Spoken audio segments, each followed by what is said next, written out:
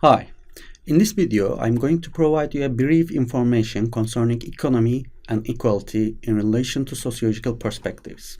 I will briefly talk about topics of economy and economic sociology, development of economic sociology, main concepts of economic sociology, types of inequalities in pre-industrial societies, theoretical frameworks of social classes, and poverty.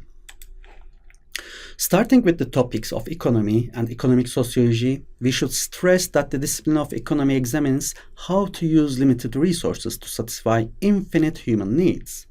Economic sociology, on the other hand, explains the production, circulation, sharing, and consumption elements of economic process by including social, cultural, and political factors that are usually excluded by most of the economic analysis. According to economic sociology, markets and relations between actors within the market should be evaluated in relation to social relations. When we look at the developments of economic sociology, we can in fact move back to works of classical philosophers such as Adam Smith, who are considered as one of the founding fathers of economics today. In addition to his enormous contribution to the field of economy, Smith was in a sense a philosopher who held a sociological perspective. We can see this through his various analyses where he appealed to social relations and history to explain economic issues. Focusing on the determinants of a nation's prosperity, he pointed out that the wealth is derived from production, but not exclusively from accumulations of valuable materials. Another important figure of economic sociology is pointed out as Karl Marx. He attempted to explain the economic structure by relating it to political and ideological aspects. Modes of production in a society, according to Marx, is formed by two elements as productive power and production relations. Productive power includes physical tools like technology to organize the economic activity. Production relations, on the other hand, are social connections that emerge in the process of production. Weber is also a leading figure of economic sociology. He tried to explain economic attitude and behaviors by relating them to cultural structure. Weber looked at individuals' behaviors and actions to understand social relations. He focused on the question why industrial capitalism developed in Europe but not elsewhere, and answered this question with reference to cultural and religious factors. According to him, in Europe, the main motivation behind individuals' economic behaviors are religious, moral, and cultural values. There are certain concepts that we frequently draw on in economic sociology. One of them is social stratification. In most basic sense, social stratification refers to a hierarchy between people based on some inequalities in terms of income, power, prestige, status, age, and gender.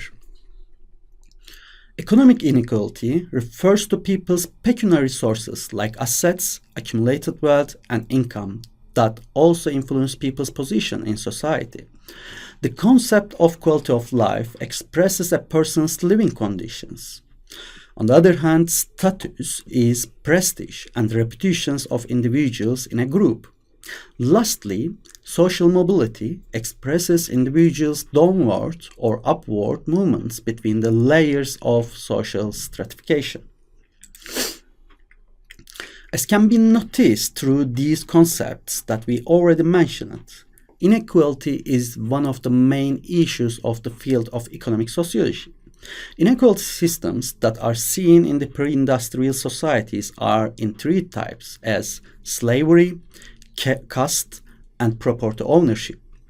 Slavery is an inequality system that is commonly seen in the agricultural societies, even though it is rarely seen in hunter and picker societies. It's a system in which some people are owned by other people. Humans are sold and bought like properties in exchange of money. Debt, violating law, wars, and conquest are the factors that create the slavery system. In the caste system, distinctions are gained at birth by individuals.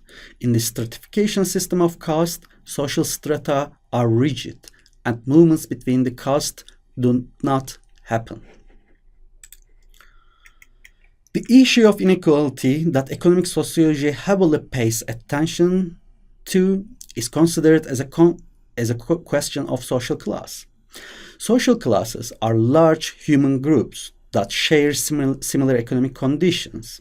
The fundamental difference between social classes is their socially and economical status in society.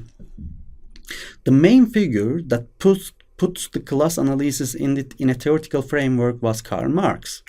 According to Marx, capitalist society is a system which is built on economic inequalities between social classes. Class position of people is determined according to whether they own means of production or not. Two main classes as capitalist and working class create the capitalist society. Capitalists, according to Marx, own the means of production and exploit workers' labor. The working class forms the sections of society that is deprived from the means of production and have to work in paid jobs for their livelihood needs. According to Marx, the capitalist class maintains its existence by exploiting the working class. However, in Weber's opinion, the fundamental factors that determine people's class positions in the production process are individuals' knowledge and skills. A person's position in the market has a power that directly changes his life. People who work in professional jobs that are qualified on knowledge and skill get paid more in the labor market. These jobs also bring people prestige and reputation in the society. People who work in jobs that require low qualification, knowledge, and skill earn lower salaries, and their prestige is less than the others in society.